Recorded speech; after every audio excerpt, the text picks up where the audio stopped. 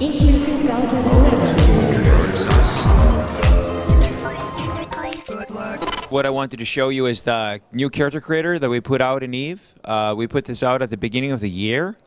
We've had a character creator in EVE from launch, but it was time now for us to renovate the character creation process. And it has some novel new features, like instead of sliders, you control the sculpting explicitly by just picking and pulling on the things that you want to change. There's still an array of options that you can select from on your right-hand side, but the sculpting with the face is very intuitive. And you can then pick features of the shape as well that you might want to adjust. And then there's a number of clothing items as well.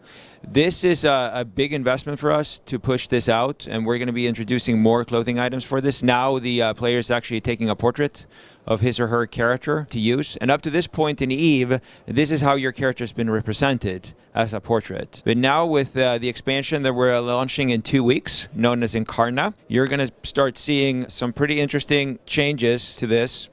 So this is coming out in 2 weeks, the next EVE expansion, where you can actually take your character now and walk around in your personal captain's quarters in the game. So this is adding a new layer to the gameplay.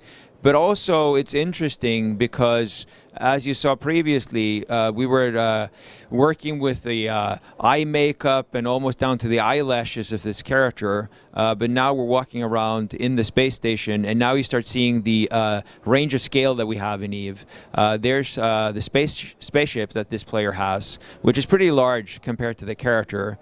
And then we're going to see the character actually board that spaceship. And now you see how small the spaceship actually is in regards to the space station. And then as you zoom further out, you realize how small the space station is in regards to just the planet. And on the planet is where the Dust Mercenaries are going to be fighting, like that one.